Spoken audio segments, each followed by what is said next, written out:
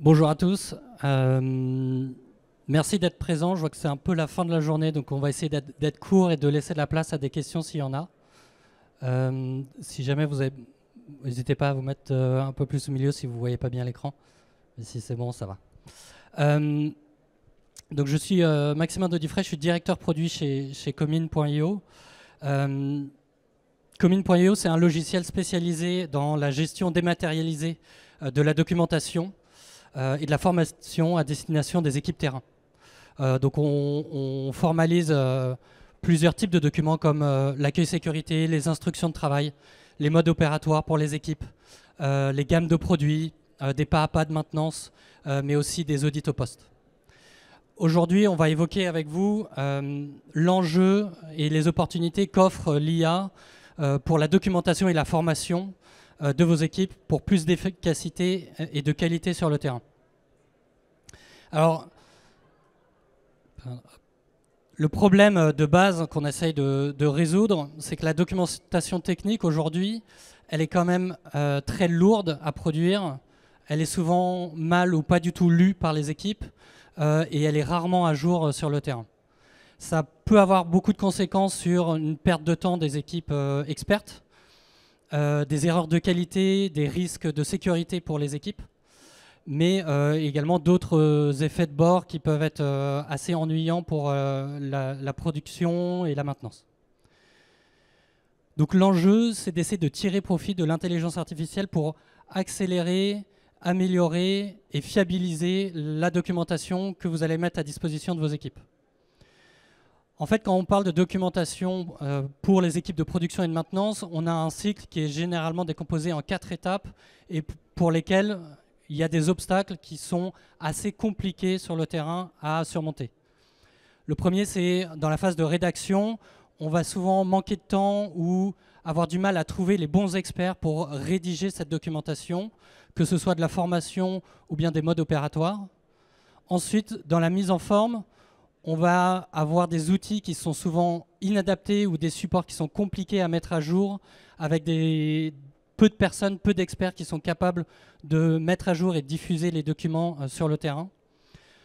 Donc ensuite, il y a la problématique de la diffusion. Dès qu'on est sur du papier ou sur des documents numériques PDF, on va avoir du mal à savoir où sont les bonnes versions sur le terrain et on va avoir du mal à trouver la documentation à jour. Et souvent, si on la trouve, on a plutôt des formats qui sont difficilement lisibles. On a tous connu un pavé de papier qui est quelque part dans l'atelier et quand on l'ouvre, on constate qu'en fait, il date d'il y a 2 ans et on pose la question et on ne trouve pas la dernière mise à jour.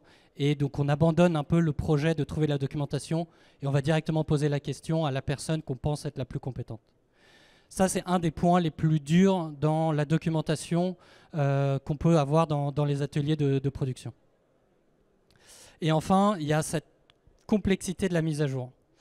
Une fois qu'on a réussi à rédiger, à mettre en forme, à diffuser, au bout de quelques mois, voire quelques semaines, se pose la question de la mise à jour et on arrive à mettre à jour sur son ordinateur, mais est-ce qu'on arrive à mettre à jour pour tout le monde au bon moment et suffisamment rapidement pour que ça ait un réel impact sur la production? Donc ça, c'est assez compliqué parce qu'il y a souvent très peu de contrôle de la lecture, de savoir si ça a été mis à jour, si la mise à jour a été lue par toutes les personnes, et derrière, si elle est effectivement appliquée par les personnes en production ou en maintenance. La solution à tous ces problèmes, elle vient en partie de l'IA, mais il y a aussi d'autres techniques qui permettent de surmonter. Mais comment est-ce que l'IA peut résoudre tous ces freins? Alors, côté rédaction, il y a la possibilité aujourd'hui avec l'intelligence artificielle de générer de la documentation directement à partir d'intelligence artificielle, non pas de manière très libre, mais à partir de vos documents existants. Donc si vous avez des manuels d'utilisation ou déjà des process existants, des instructions, des vidéos, des images que vous avez pris sur l'atelier, c'est possible de tout importer, de générer automatiquement une rédaction de mode opératoire, de formation ou bien de gamme de produits pour vos équipes. La normalisation se fait automatiquement dans un style qui est beaucoup plus clair et un vocabulaire qui est réellement adapté à votre industrie. Ensuite, sur la partie de mise en forme, sur cette première base, il y a la possibilité avec l'IA de venir enrichir cette documentation. Donc l'enrichir par exemple avec des quiz, des fiches résumées et adapter le format à votre public, à votre audience. Donc par exemple, si vous avez besoin de vous adresser à des personnes qui utilisent des ordinateurs, d'avoir un format qui soit beaucoup plus adapté à ces personnes-là, avec beaucoup plus de détails. En revanche, si vous vous adressez à des personnes qui sont sur le terrain, d'avoir un format qui est beaucoup plus visuel, accessible avec des appareils à mobilité. Enfin, sur la question de la diffusion, il y a la possibilité d'utiliser l'intelligence artificielle pour déjà permettre aux utilisateurs de trouver beaucoup plus facilement l'information. Donc il y a ce qu'on appelle les RAG qui sont de plus en plus employés aujourd'hui par les entreprises. Donc de pouvoir rechercher par mots-clés des éléments et l'intelligence artificielle va venir reconstruire les instructions à partir de la documentation existante, qui permet d'extraire réellement ce qui va intéresser les utilisateurs, ce qui va intéresser vos opérateurs, en posant une question très précise sur un mode opératoire très précis et d'aller chercher la réponse tout en citant les sources et donnant accès à ces sources.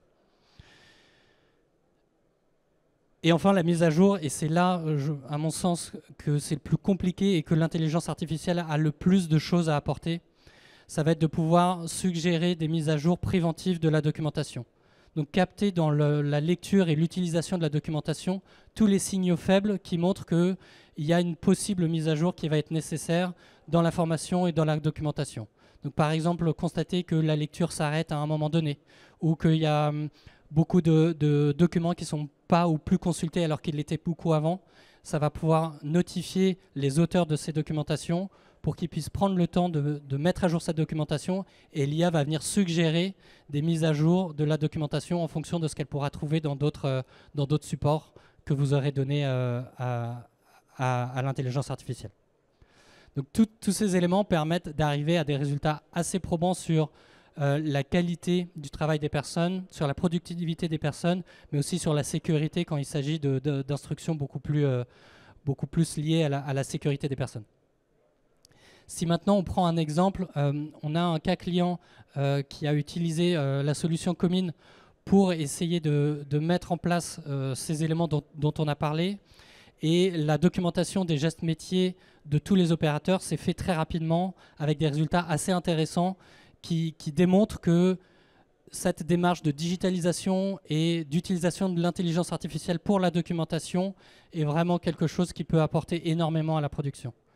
Le premier résultat qu'on a obtenu, c'est de multiplier par 3 la polyvalence de tous les opérateurs sur les sites, sur les ateliers de production de l'entreprise CRVO.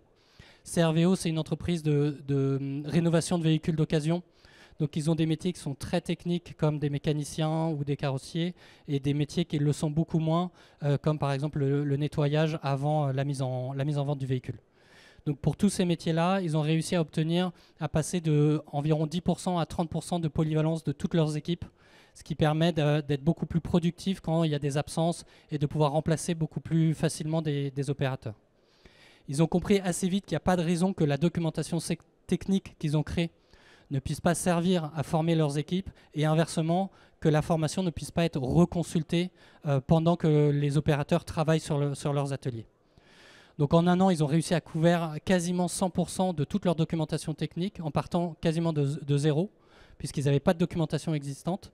Ils se sont aidés de visuels, de vidéos pour pouvoir générer ça automatiquement.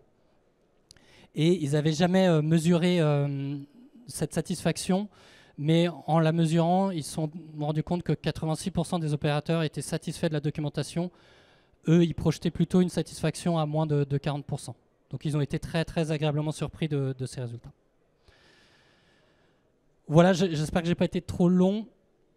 Si jamais il y a quelques questions, n'hésitez pas à venir nous voir au stand B55 pour qu'on vous montre un peu plus en détail comment ça fonctionne et d'autres cas d'usage.